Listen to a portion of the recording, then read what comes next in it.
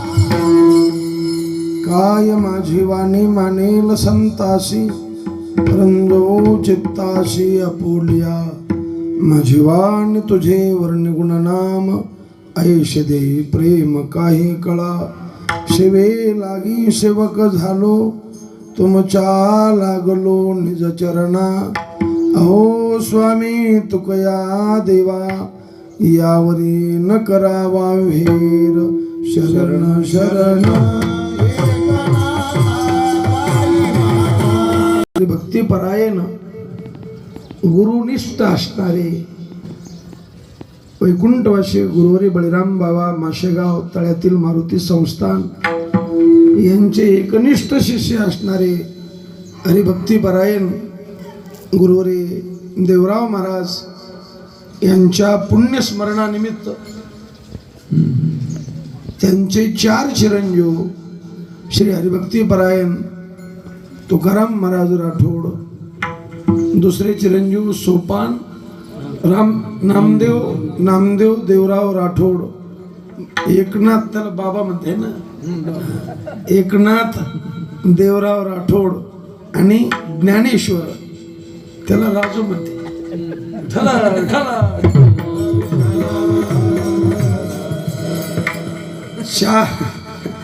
कारण तेच नाव ध्यानात विठ्ठल.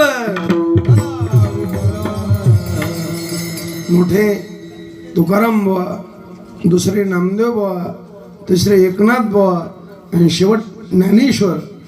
4 मुले मोठं कुटुंब आहे, पण वारकरी घराणं आहे. वारकरी घराणं आहे.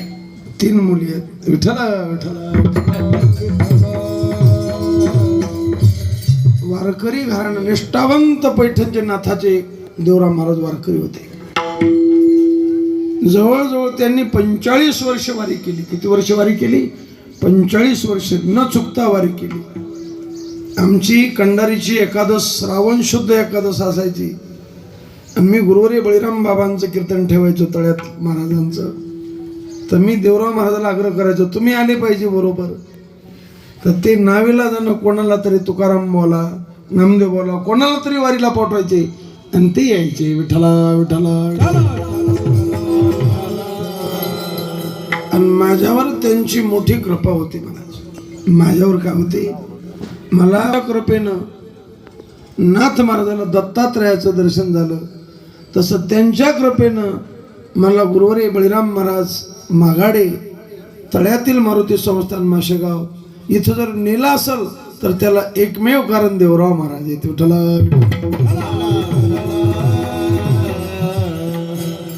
माशेगावला मी कीर्तनाला गेलो. कीर्तन कोणाचं? मला वाटतं सुरेंद्र महाराज गाव कोणतरी होतं, कीर्तन चालू होतं. आणि ते महाराज पामर विषयी जिज्ञासू असं सांगत होते आणि देवराव महाराज त्याच्या पुढचं बोलत होते. ते पामर म्हणला हे विषयी म्हणायचे, ते विषय म्हणला हे जिज्ञासू म्हणायचे. आणि आमचे दगड पोतदार निवृत्ती अण्णा, मी त्यांच्याबरोबर आलेलं टाळ घेऊन उभा.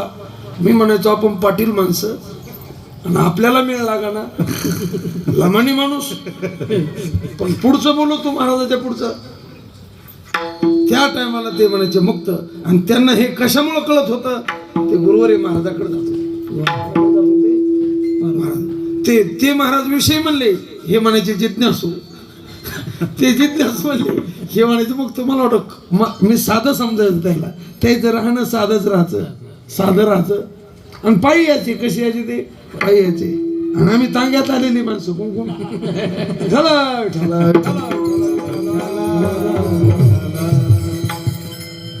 पण निष्ठा होती महाराज. किती गुरुनिष्ठा होती दादा. एकदा त्यांच्या लहान्या मुलाची सोयरी गावातली ठरली. कुठली? गावातलीच आहे ना, राजूची सोयरी गावातली ठरली. आणि त्यांचा नकार होता. ते म्हणत गावातली करायची नाही. आणि सगळ्या घराचं एकमत होतं की पोरगी गावातलीच करायची. आणि ते म्हणायचे नाही करायची. मग हे सगळं लफडं कुठं आलं? तळ्यात आले. तुमचे दादा होते. मग दादा मी म्हणलो दादा म्हणले की देवराव महाराज सगळ्या घराचं म्हण आहे. ते म्हणले पण माझं म्हण नाही. मी म्हणलो महाराज जे म्हणतील ते सगळ्यांनी ऐकावं. देवराव महाराज म्हणले एरी तुडी खाय तर मी खाईन. महाराज म्हणले करून टाका पोरगी. काय म्हणले? काहीच म्हणले नाही देवराव महाराज. ठला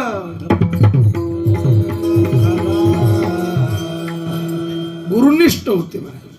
हा पूर्ण अवतार गुरुभक्त असं म्हणायला काय हरकत नाही. मागून त्यांना चालता येत नव्हतं महाराज. असा 1.5 पाऊल टाकायचे, 1.5 पाऊल.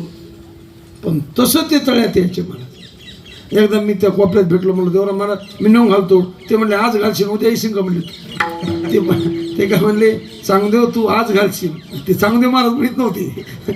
चांगदेव तू आज नेऊन घालशील म्हणे, पण उद्या येशील का तू? म्हटलं मला जाऊ दे म्हणायचे विठ्ठला. आणि गुरुवारी भीमसेन महाराजांचं कीर्तन ते शिवदिंग केसरी मठात थांबायचे. गुरुवारी महाराजाला घेऊन मी गुरुवारी रखमाजी महाराज लोले यांच्या संस्थेत होतो. आणि महाराज शिवदिंग केसरी मठात आले म्हणून भेटायला आलो. पण अचानक भीमसेन महाराजांचं कीर्तन खेटूनच मठ त्यांचा. तर भीमसेन महाराजांचं कीर्तन ठरलं. आमचे जेवण झाले. आम्ही कीर्तनाला गेलो. त्यांचा अभंग होता अवघे चित्रे लोके. आणि शेवटच्या चरणाला आम्ही गेलो. एका जनार्दनी एकपणे उभा. मग एकपणे म्हणजे कसा? भीमसेन महाराज सांगायचे एकमेवाद्वितीयं ब्रह्म. आणि हे मला काय कळतं एकमेवाद्वितीयं ब्रह्म? मग ते म्हणायचे स्वगत सजाते विजयाते भेदरहित याचं नाव एकमेवाद्वितीयं ब्रह्म. एक अद्वितीय ब्रह्म पाहिजे. मग ते स्वगत म्हणजे काय? भीमसेन महाराज सांगायचे. मला चांगलं आठवतं बाबा पंचदशीतले श्लोक म्हणायचे. वृक्षस्य स्वगतो भेदो. मी नंतर पाठ केली तेव्हा नव्हते पाठ म्हणजे. वृक्षस्य स्वगतो भेदो पत्र पुष्प फलादेवी वृक्षांतरा सजातीयो विजातीय शिलादती. अरे पाय हातासारखा नाही, हात पायासारखा नाही, डोळे कानासारखे नाही, कान डोळ्यासारखे नाही, डोकं पोटासारखं नाही, पोट डोक्यासारखं नाही असं म्हणायचे. याला स्वगत भेद म्हणतात. 2 माणसात असणारा भेद त्याचं शरीर आपल्यासारखं नाही, आपलं शरीर त्याच्या सजाती भेद, हिवराचा आणि लिंबाचा भेद सजाती